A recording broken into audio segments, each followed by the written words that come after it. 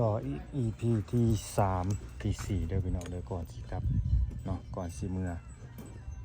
ถ่ายอีกคลิปหนึ่งกับสิเมื่อแล้วบัดนี้เนาะเพิ่นเฮ็ดมานี่โคกมานี่เนาะอีกลักหนึ่งเนาะประตูสิเลื่อนไปพุ่นบาดนี้ประตูสิเลื่อนพุ่นเขาทางพี่ตามแผนเด้อพี่น้องเด้อตามแผนตามห่วงจุ้ยเพราะว่าเสาเขาก็สั่งมาเลยเด้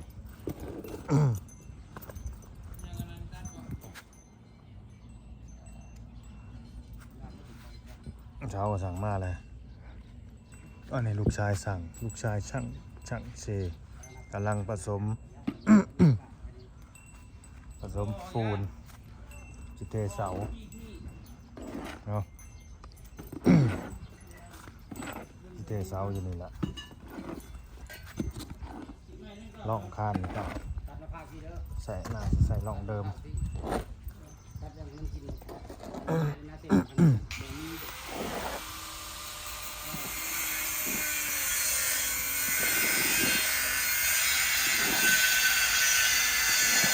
เด้อเสาหัวยังพันได้แล้วได้ปอกคือทมเสาหัวนี่ก็ดีอันนี้ทมเงาเลยพุ่นมาพี่น้ำเดี๋ยวตอนนี้ก็ยังเดินดึงๆเดี๋ยวนี้เอาดินแท่นี้นะใส่ทมพี่น้องเลย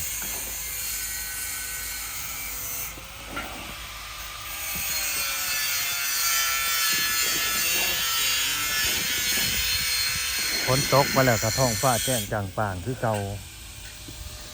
เนาะ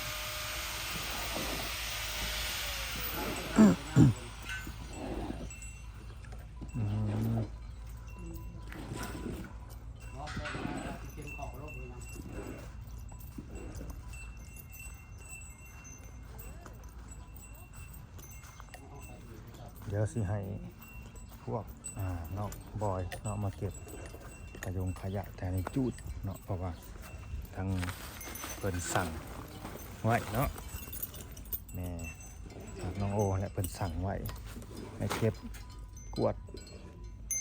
จูดเธอเนี่ยมันเรียบร้อยเนาะแล้วก็ลวดนี่ก็คือกันเนาะเปิ่นก็ให้มัดกันมัดทางลุมกลางลุมกลางทึ่งลวดเขาก็สั่งมาแล้ว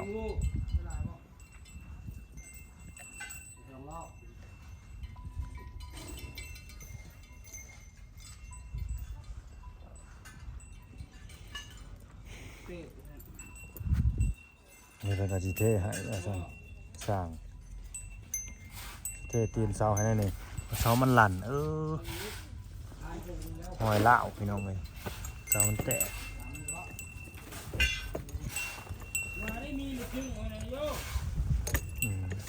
เสาแตกมันเล่า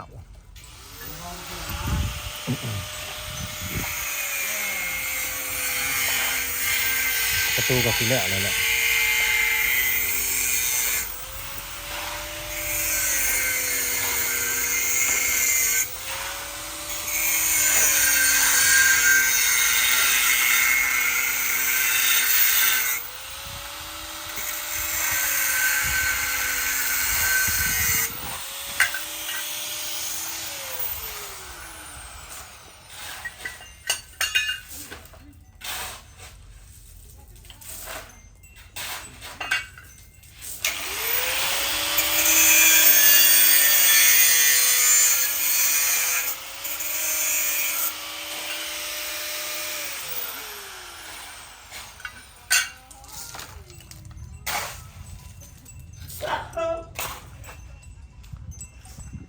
ในบ้านแล้วไหลงัวเขาคอกเลยแต่เขาคอกแต่เว้นแท้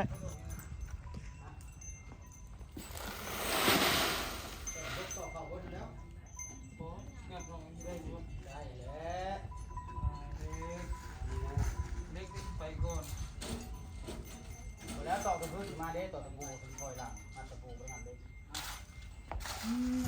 เป็นอย่างนั้นมันมีทางเขา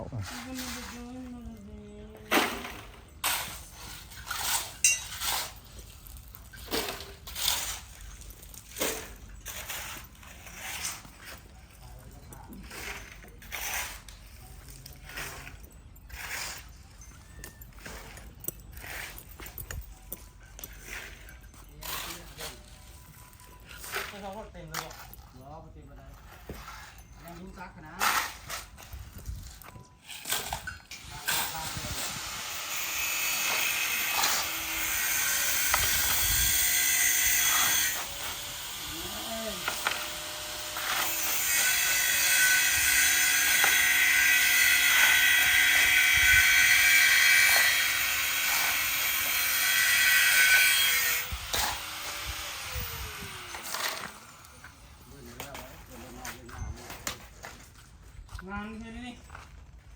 ใช่งาม เอามือเรามา ว้ายบัวมาไหมเอื้อใจเล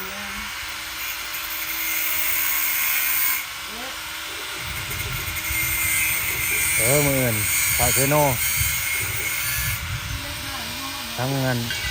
น้ำมักจับทั้งตะข่ายเนาะ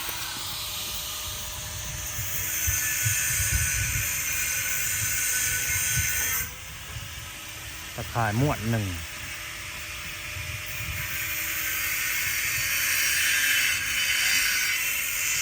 เนี่ยบาร่าสิซื้อมาเพิ่มตะข่ายม้วนหนึ่งแล้วก็ลวดน้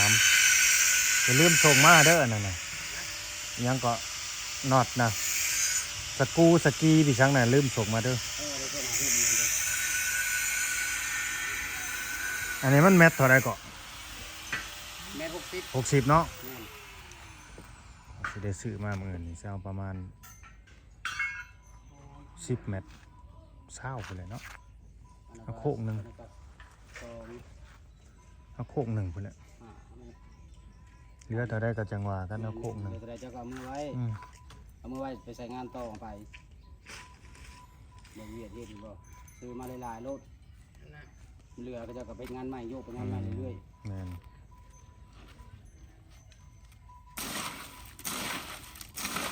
อ๋อบ่ไปใส่กินนะโอ้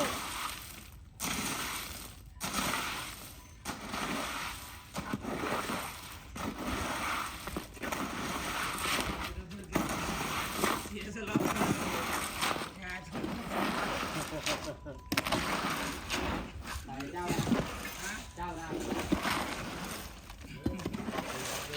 แสน2แสน เอาไอ้ปูนนั่น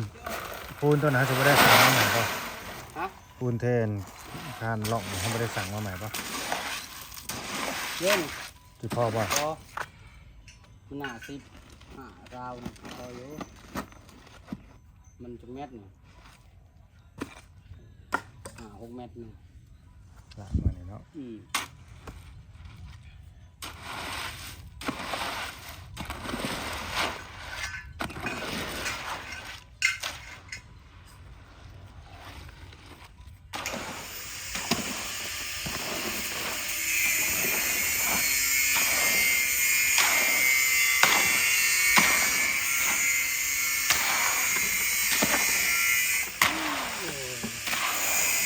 เนื้อเข้าเป็นเนื้อเนาะลาบเพิ่มตลอด สั่งว่ามันบ่ เดี๋ยวมัน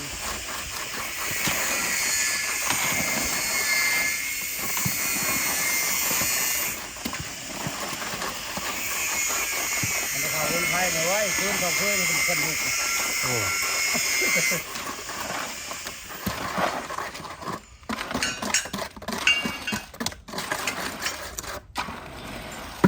ไม่รู้ไฟโอ้ไม่รู้ต่อ ฮัลโหลกับหมากอีบ่ วายคนทางลิงติดเด้ อืม คนบรรดุง่ายมาอยู่ที่คือมีหอมกระเป๋าเนาะ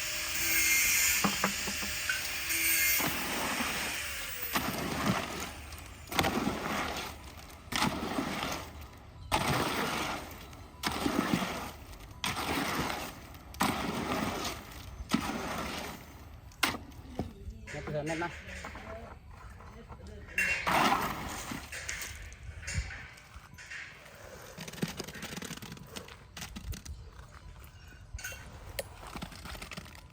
ล้างจุ่มให้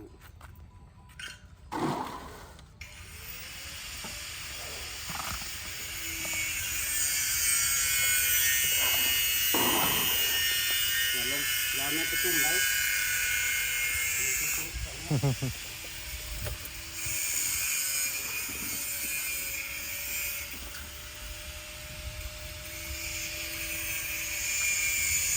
ไปบ่เอาขึ้นเอาขึ้นเอาขึ้นยังหมดเทิงมันน่ะนั่นอย่างนี้ใส่ตัวนี้เอาลืมจบบนตัวใหญ่อ๋อเดี๋ยวถึงคุม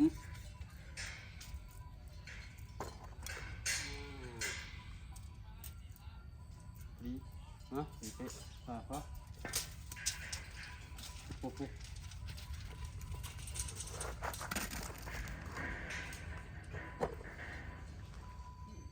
ฮักรถแม่นนะสิเบิ่งดอก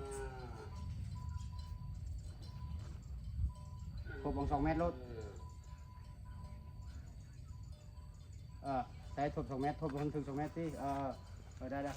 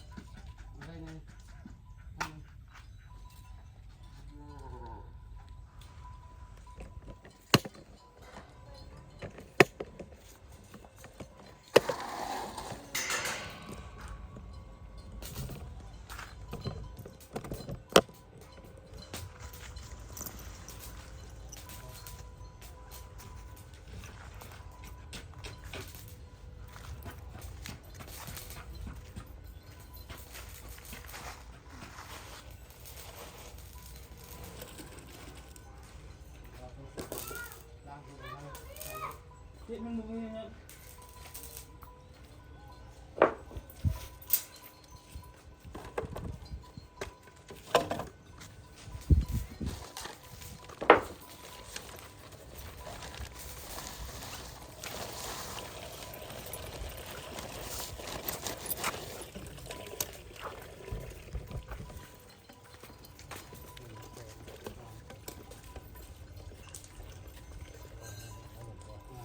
หนังที่เป็นขาด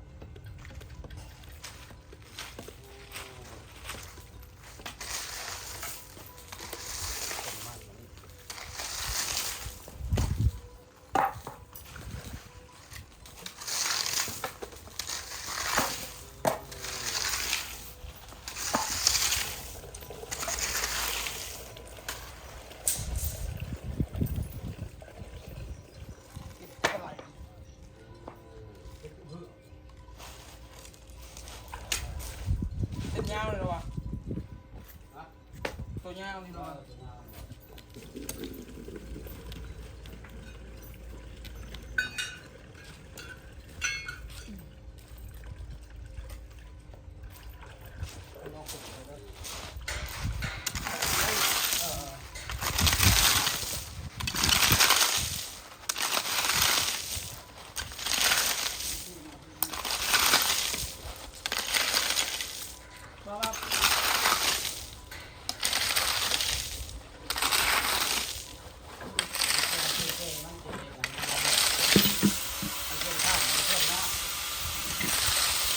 เข้าไว้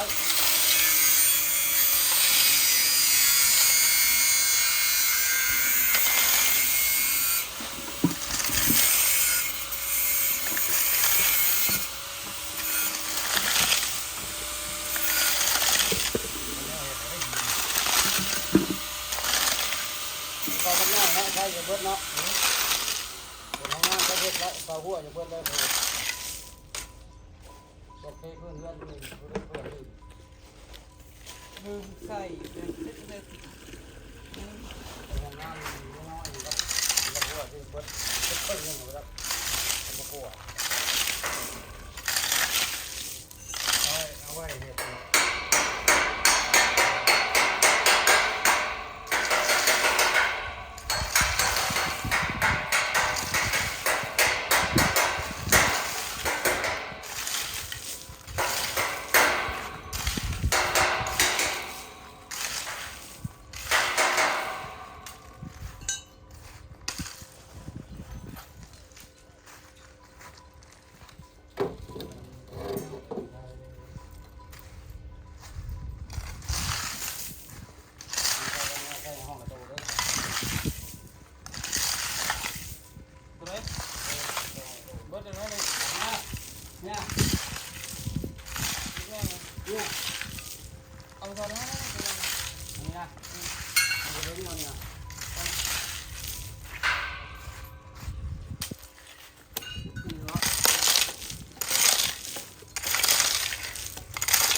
เลย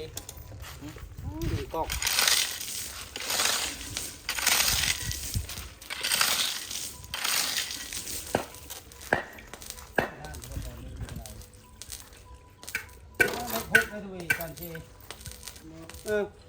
รีบเลยได้เลย6นะบริจาคได้ถึง2ลงเลย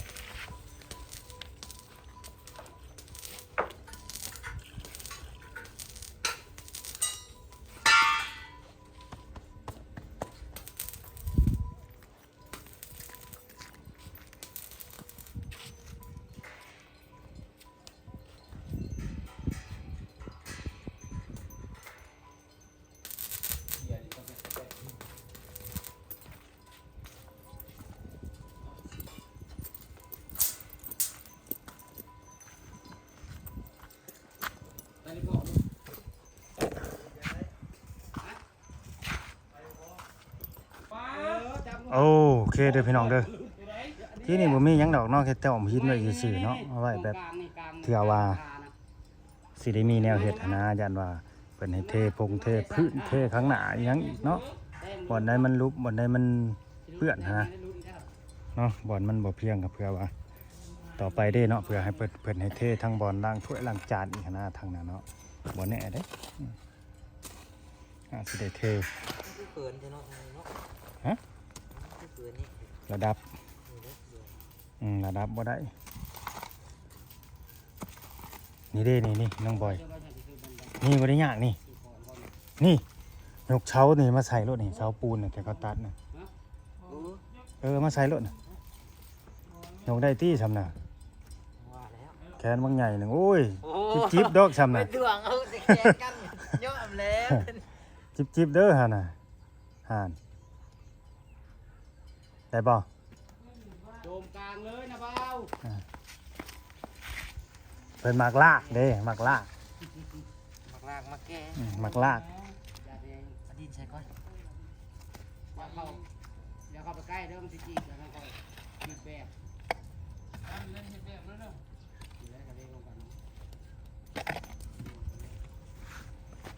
อย่ามันคิดแบบมันสั่งก็เอาไว้ทั้งนอกเอาเบียดเข้าไปก็ได้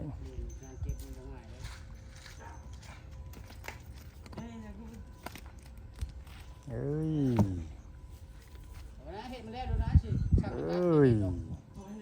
คักแล้วบ้านคักแล้วบ้านใส่ให้เป็นประโยชน์เสาอันนี้เนาะ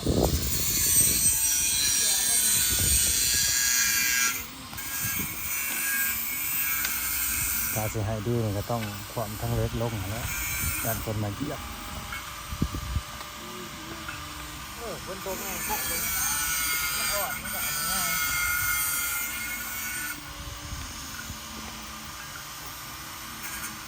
เหนียวปันยังหมดเลยฮะ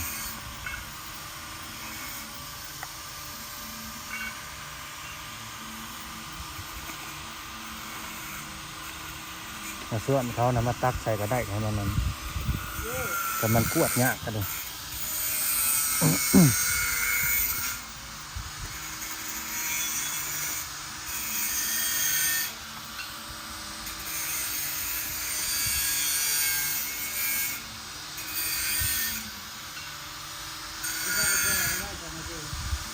มาแล้วก็หญ้าขึ้นบ่ได้เว้าเด้อพี่น้องเลยนี่เนาะหัวถ้าเบิ่งโลดตกโดนไปเนาะหรือว่าเป็นเดือน2 เดือนนั่นนี่เนาะรถกับข้าวมาอีกแล้วเพิ่นน่ะรถตลาดมาอีกแล้ว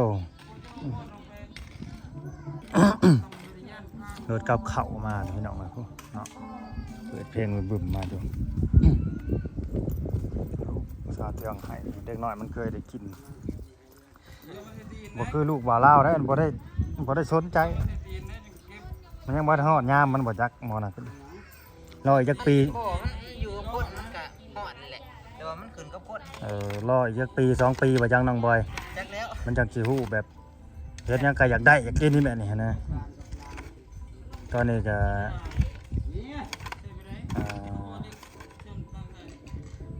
4 ปี 6 เดือนเนาะ4 ปี 6 เดือนบางคำดุมันก็ได้4 ปี 6 เดือน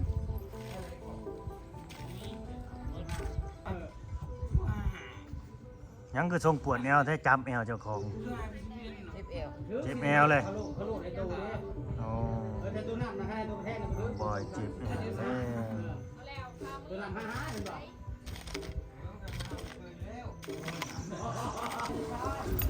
โอเคเอาไว้เนาะกำลังกวดเข่าเนาะน้องบอยกันเลยเฮาก็สิได้จบคลิปนี้ไว้ซ้ำเด้อพี่น้องเด้อเนาะสิได้จบคลิปนี้ซ้ำเนาะขอบคุณเอฟซีเด้อที่เข้ามาเบิ่งมาชมเนาะฝากกดไลค์กดแชร์กดติดตามให้ดีมีแฮงเด้อเนาะ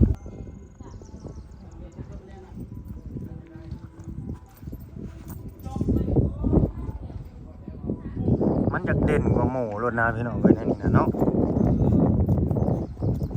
บริเวณนี่นะแถวนี่นะมันหักเด่นกว่าหมู่รถได้อันนี้ว่าเอาตามความจริงเลยเนาะเอาตามความจริงเด้อบ่ได้โอเขาเรียกว่าบ่ได้อวยเนาะบ่ได้อวยมันก็เด่นกว่าหมู่ดีๆนะก็สิได้จบคลิปไปซะนี่แหละขอบคุณ FC ที่เข้ามาเบิ่งมาชมเด้อฝากกดไลค์กดแชร์กดติดตามเนาะขอให้ผู้หลักผู้ใหญ่ใจดีใจบุญเบิดทุกคนทุกฐานเนาะที่ว่ามีประกอบส่วนเนาะเข้ามาเฮ็ดเฮือนน้องโอเพิ่นเนาะจน